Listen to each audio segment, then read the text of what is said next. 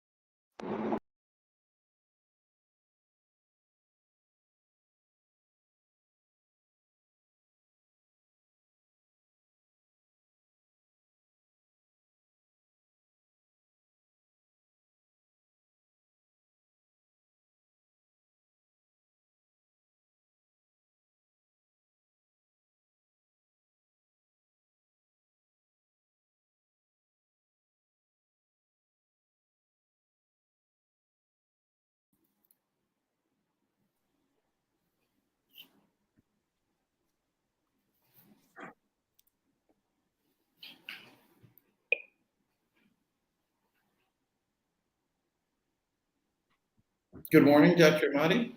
Good morning. I, for some reason, we lost you, and I went out and came back to the room. Thank you. So, Dr. Mahdi, I was introducing that we'll have our inaugural class this August of 2023, and we have a curriculum that's really based on small group education. And I wanted to ask you, and before we go into the curriculum, I'll give your background. Dr. Mahdi, you trained for residency at Yale School of Medicine, and you went on to be a faculty member and program director at Yale over many years in internal medicine. And really, you've created new residency programs outside of that system as well. And now you've designed the curriculum along with your colleagues here for our new medical school. And I was wondering if you could really talk about the blend of U.S. and Canadian influences on our curriculum, or how can we say that it's really North American focused? Sure.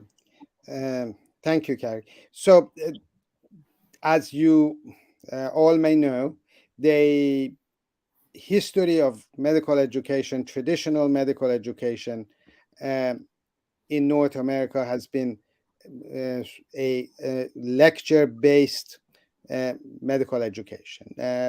The expert and PhDs and so forth would come to a big auditorium and give a talk, and talks after talks in the context of various courses in anatomy, physiology, pathophysiology, various disciplines. This happened when I was a medical student as well.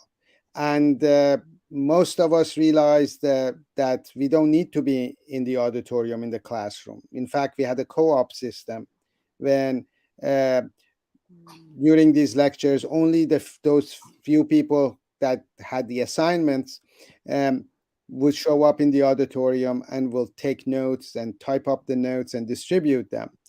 Otherwise, there were a lot of tape recorders, and people were absent. And even those who were present in the classroom, half of the time they were napping or sleeping. And this we all knew was not the ideal way of teaching medicine. But somehow this was comfortable. This was history of teaching medicine in these big auditoriums, lecture after lecture. Then this new generation has completely refused to be taught in that way.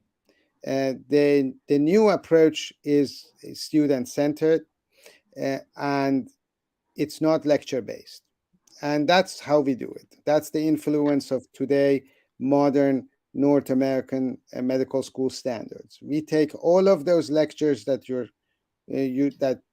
wish to have in the curriculum. We download them into an iPad and give them to you on the day number one, and that ends really the lecture business. Rest of the time, when you come to school, you are coming to sit down in a small group of 8 to 10 students with a physician faculty. Sometimes more than one faculty would be in your group, and they have prepared clinical cases based on the assignments that you had to do the night before. So the night before, let's say this was a cardiovascular system, and the night before you had to listen to some of those lectures or read some of the material at your own speed, at your own convenience, but you had to learn certain amount of material. And when you come to then the session, you get clinical problems to solve together as a group with your peers. You get a discussion and you discuss it together, you solve it.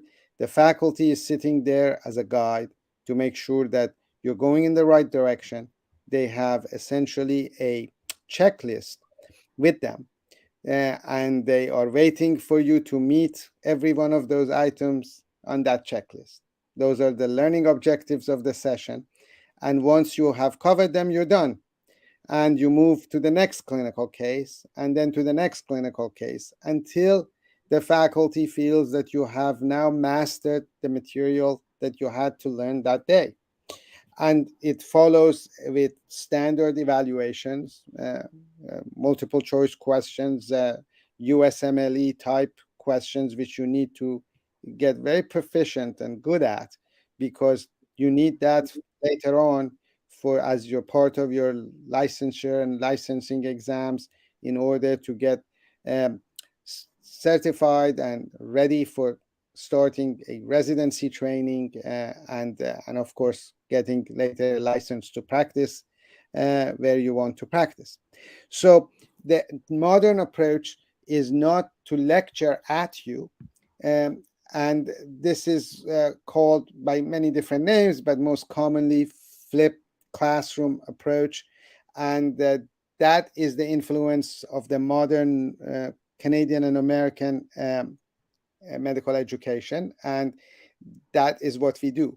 So like perhaps many other traditional Caribbean schools with big auditoriums and a class size of 600 students, we don't function like that. We do gather everyone in the morning for an hour in an auditorium for an hour of organizing talk, where the objectives of the day are discussed, so that you're all ready and organized and finished your cup of coffee and make sure you're alert and awake and ready to go.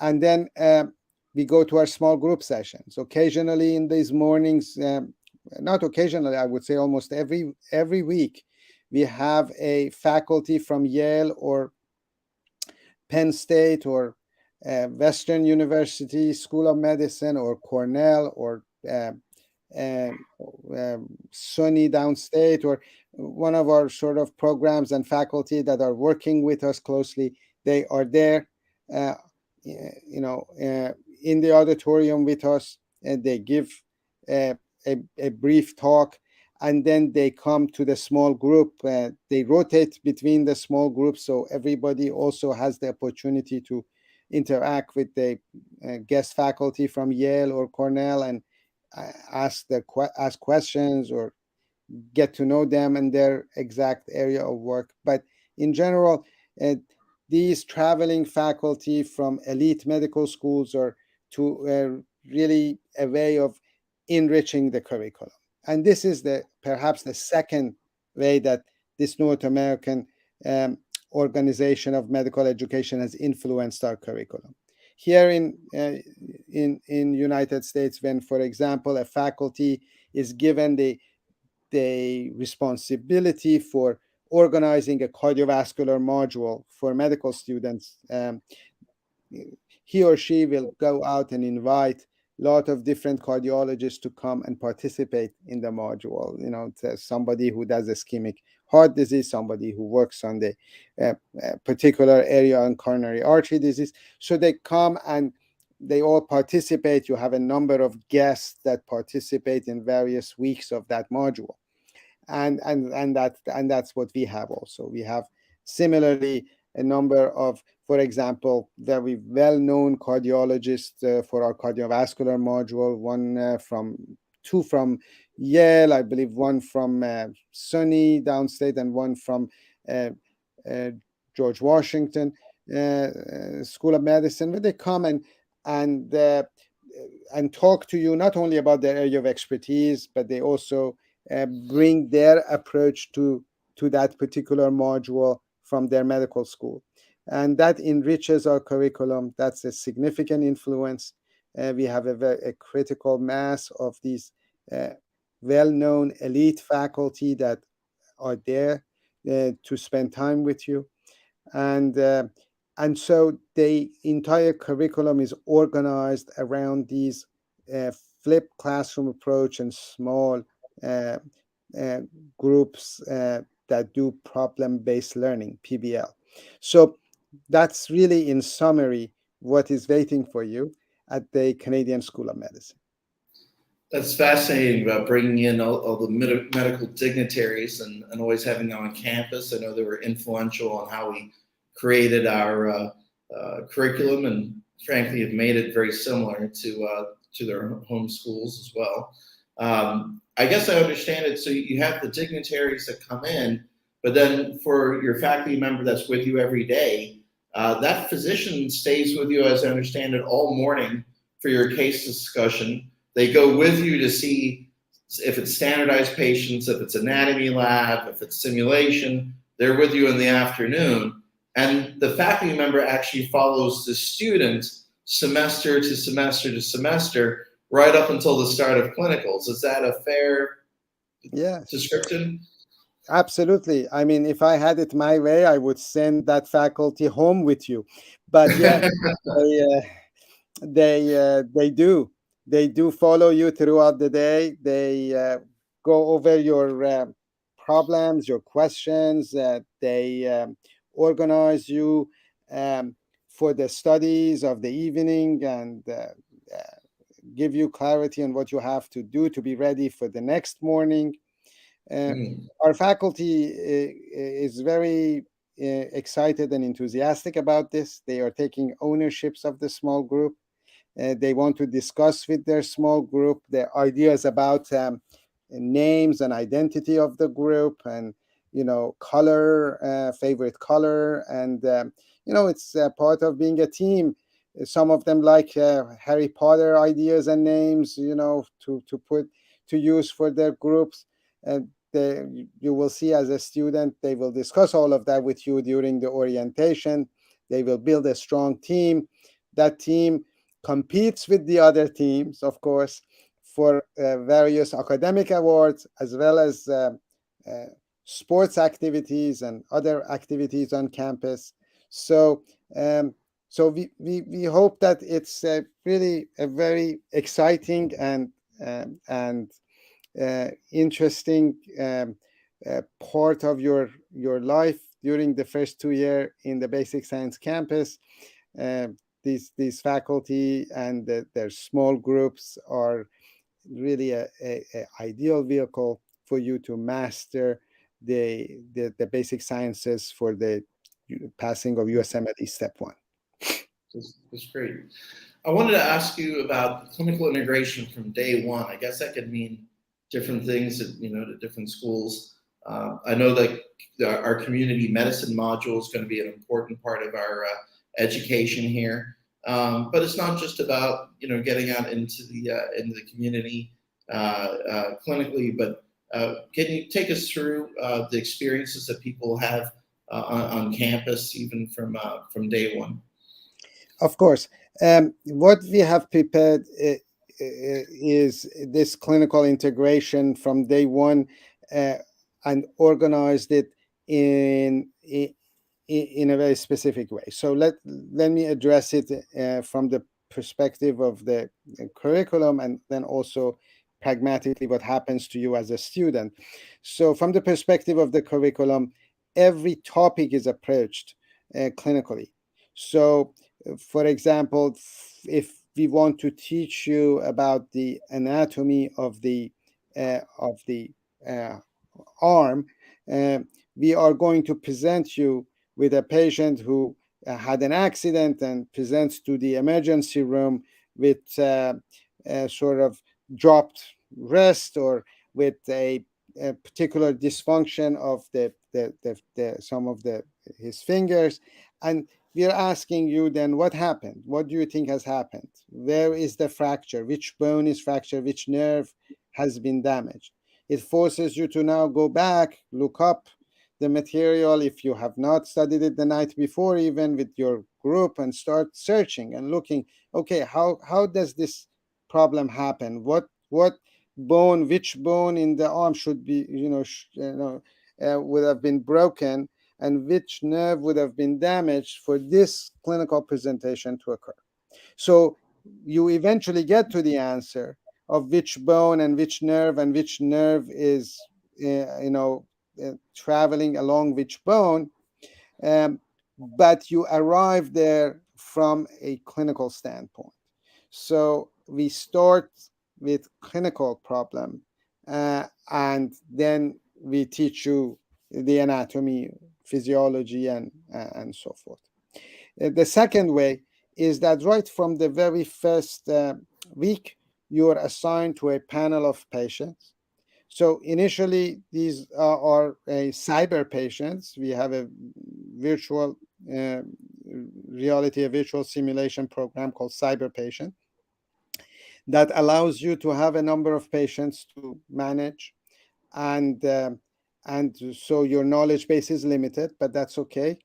You will learn, and these are cyber patients, so you really, I can assure you, will not kill anybody. Although if you do make the wrong decisions and make mistakes, we tell you and we train you and bring you along. There are parts of these clinical interactions that do not require a deep understanding of basic science.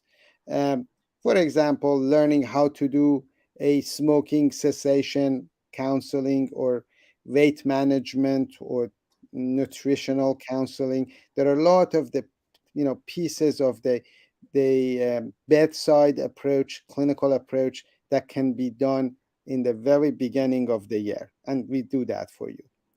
And then we have a standardized patient program that at some point during those first few weeks, you see that it gets off the ground, and you start going to interact with a panel of patients that are standardized patients, and you start practicing with them. And that allows us to, in a very controlled and monitored setting, to observe you and to give you feedback and to train you to function properly at the bedside. And it is after all of these cyber and standardized activities that then we put you in a ambulatory care setting with the faculty, our clinical faculty, to see patients. And all of this again happens before your clinical year. It happens all from the first day, preparing for those clinical rotations with various clinical approaches and clinical activities. And that's again a part of the modern approach to medical education. In the traditionally, um, the students spent 2 years doing basic sciences, and then they would go on their clinical rotations and learn clinical medicine. Over time, even in the traditional setting, we learned that students are not ready. That just because you have mastered basic sciences doesn't mean you're ready for clinical medicine.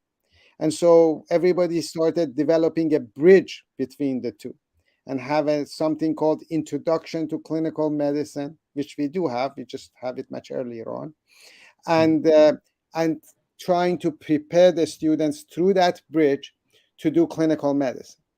And then as we evolved and, you know, come more, more recent and modern approaches are, you don't just wait until that bridge time. You start teaching clinical medicine from day one. And that's very important, to teach clinical medicine and integrate clinical medicine and clinical activities into your curriculum from the very beginning, so that when you reach your third year and go on clinical rotations, you're prepared.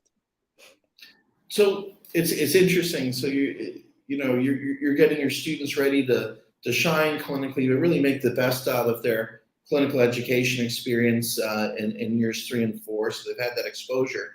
But as I understand it, the USMLE, the U.S. Medical Licensing Examinations now are highly clinical, and so it seems like in parallel you're getting everybody ready for their clinical experience in the United States, but you're also getting them ready for the USMLE Step 1. So it's do you want to maybe explore specifically what else that you do to help our students get ready for Step 1 beyond the clinical first education? Sure. So we have a very robust Canvas that system that contains all of the teaching material that you need for your Step 1. All the basic science material is there. It has been developed over the course of last 4 years. It's quite elaborate. And there are a number of partners and educational softwares that are used in our Canvas to prepare you on a daily basis for Step 1. One of those, of course, is everyone might be familiar with it. It's called Osmosis. It has various pearls that at the end of the day you get a chance to listen to review, and watch, to review, and that highlights an important part of the learning objectives of the day. There is a set of standardized questions that comes with our program Lecturio that just simply tests your knowledge for what you have to learn during the day.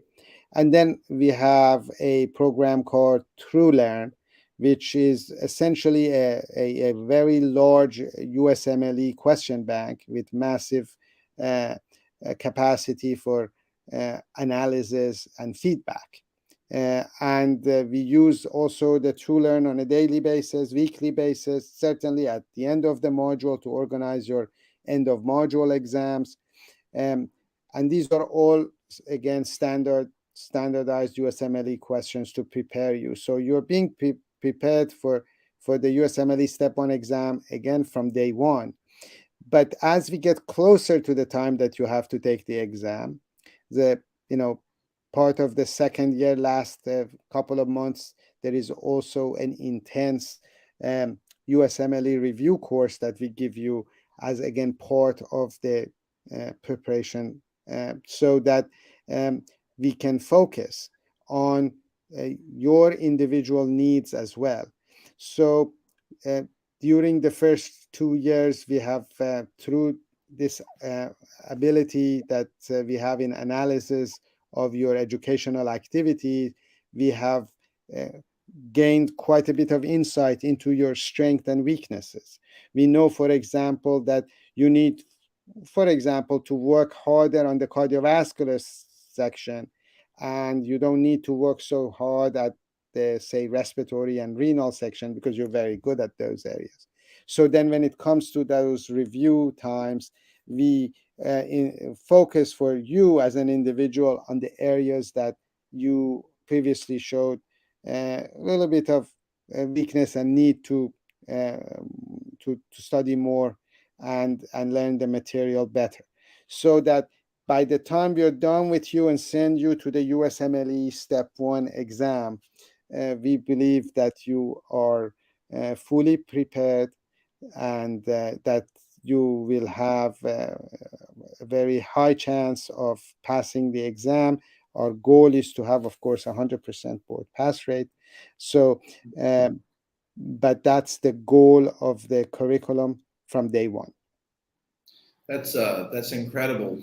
Being able to tailor, it's not one size fits all for the review module. You're really tailoring the needs of the student there to the review resources, and you've been collecting all that data for the previous couple of years. And the question is always, what are you going to do with it? Well, you're using it to customize their review and in their final module before USMLE, which is terrific.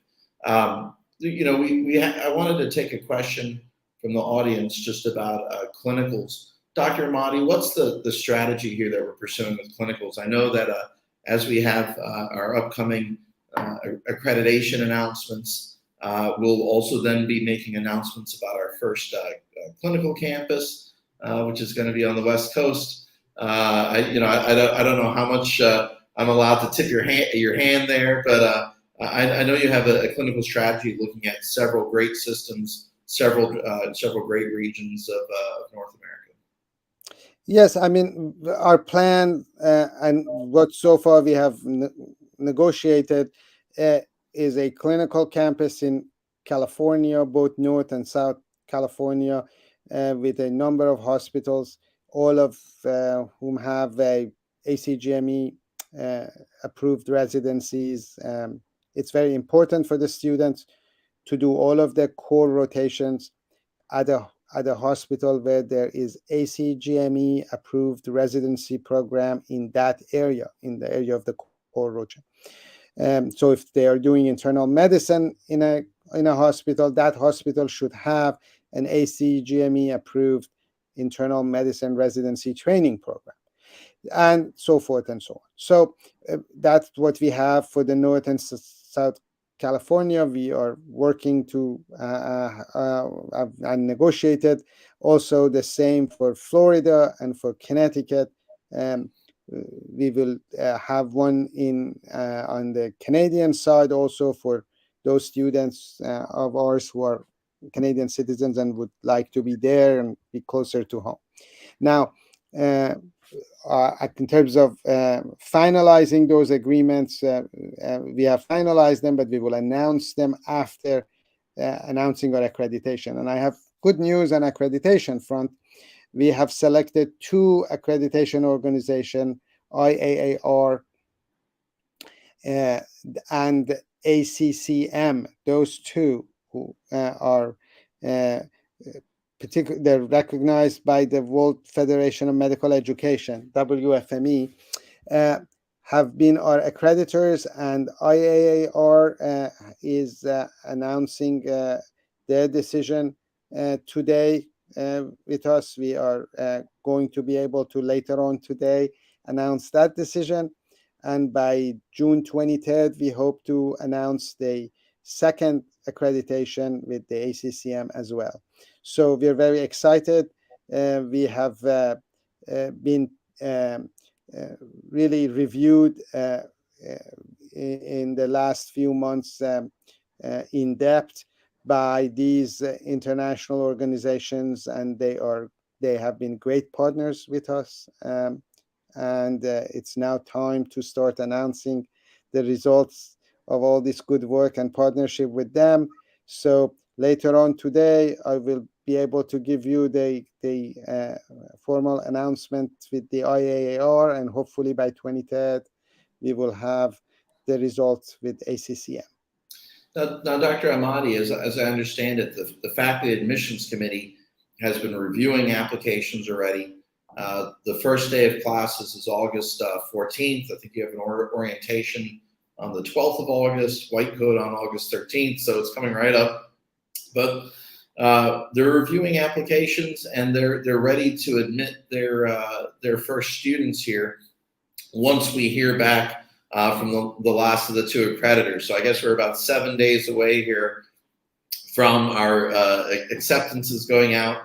We only opened the application a few weeks ago, just as we were drawing to a close with the accreditation process, and they'll be reviewing applications right through the start of August here. So, do you want to comment on just that process? Or I know there's a lot of excitement from the faculty, and they're excited to have their first students here at American Canadian.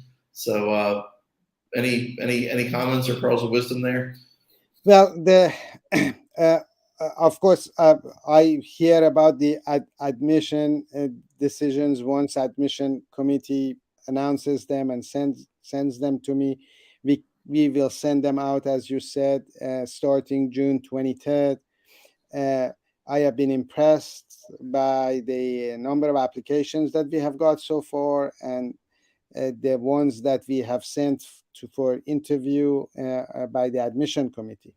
The admission committee was similarly impressed after the interviews. I just got a report. They were really happy with the candidates that they interviewed. They have given us the decision. Decision is ready to be sent out and will be sent out on the 23rd. So, and then beyond 23rd, perhaps it's as you know, a rolling admission, and so every day we finalize a group of students and send decisions out. We have financial aid and scholarships information available, and so we hope that we are able to comfortably move our inauguration class of students to the island and to take them through the orientation of August 12 and 13. August 12 and 13, important orientation days. In fact, it's a requirement of the admission for the admitted students to be there and participate in the orientation. So you do want, if once you get the decision that you have been accepted, you want to start organizing yourself to be there a few days before the orientation, just in case unexpected events happens, your flight is canceled, or there is any particular problem. You want to make sure you're there in the week prior to the orientation day. We go through orientation and then white coat ceremony, and then we start on August 14th. And we're very excited. I mean, as you said, our faculty really can't wait. They have been working with this curriculum and developing this, and for the last 4 years. So this is, also the culmination of all of their efforts and work. And they're just really excited, and they can't wait to see it. So after this August, the next starting class will be January of 2024, and then after that, the next one's August of 2024. So you have 2 starting classes per year. So the semesters are they're pretty long. They're a good 5 months. 5 months and even a week.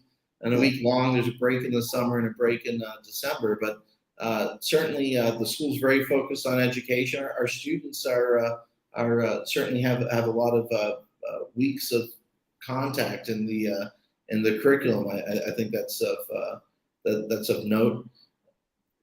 And and there are questions about tuition. our tuition is $25,000 per semester during the basic sciences. Because we have the two long semesters per year, it's $50,000 during basic sciences. It's slightly higher during the clinical sciences. I think the total cost of tuition and fees is on the order of $214,000, and I think it's more akin to in-state.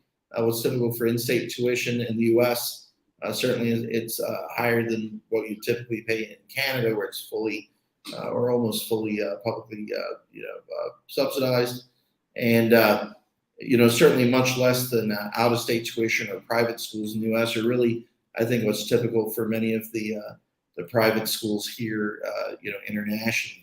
So I think that's one of the advantages of being, a private nonprofit, is that we've tried to, even, for all students, even before scholarships, reduce the burden that's on students in terms of tuition.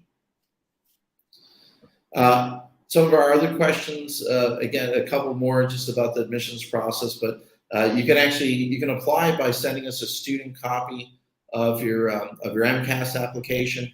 That will work to get the application started. Of course, we're going to need official documentation. We need official letters of recommendation. There's a list there, but you can either fill out our application online, going there right from our website, or you can also send us your student copy of your common application, your MCAS, and we'll be able to start the process from there. So we try and make the application process as easy as possible on you. We do have admission professionals, counselors and advisors that are ready to walk you through the process. If you have questions about how to put your best foot forward and how to, what information that you can add to your application that may be useful, reach out to an advisor, and they'll be able to guide you through the process. Dr. Ahmadi, I think that's no more questions today from the audience. Do you have any words of wisdom as we wrap up here? I'm excited. I look forward to meet you. If you are one of our applicants and have been accepted, if you are thinking about applying to us, haven't applied yet, I encourage you to look at our website carefully. Look at the profile of faculty and people that are involved in this project. Look at our curriculum and the curriculum design and the approach to the way you're going to receive this medical education, and then compare it.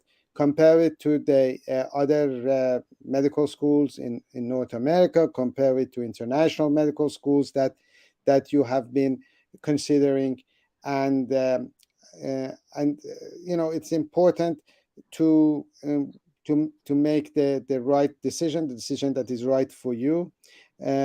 I can tell you that as a new medical school, we don't have certain statistics to give you. For example, the statistics on how many of our students passed, what percentage passed step 1. We don't know. We will know that in about 2 years from now, but we don't have that. We don't have the statistics on what percentage of our graduates matched residency and what kind of residency. Those are statistics that as a new school, we just don't have.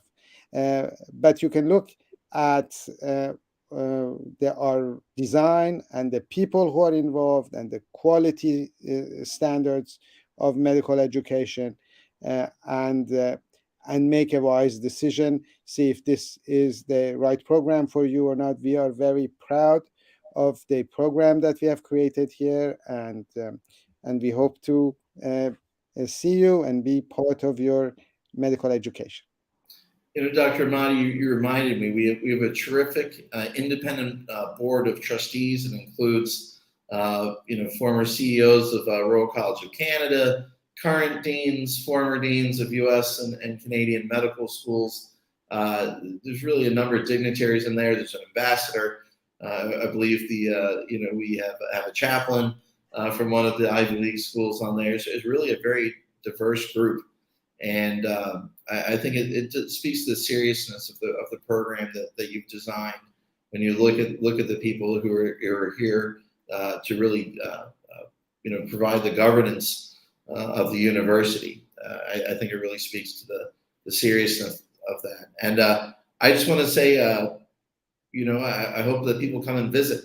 There's direct flights from Miami on American Airlines.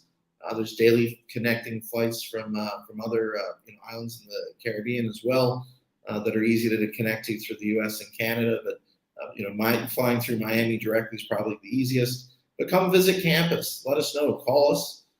We have a 33-acre campus. It's beautiful, and 160,000 square feet of purpose-built facilities for medical education.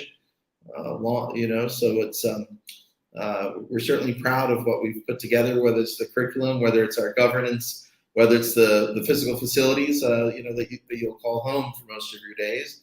Come see student housing. So we want to really be as welcoming as possible and have you see our story with your own eyes. So thank you, Dr. Amati. I really appreciate the time today, and looking forward to seeing some of our audience on campus. Have a great day.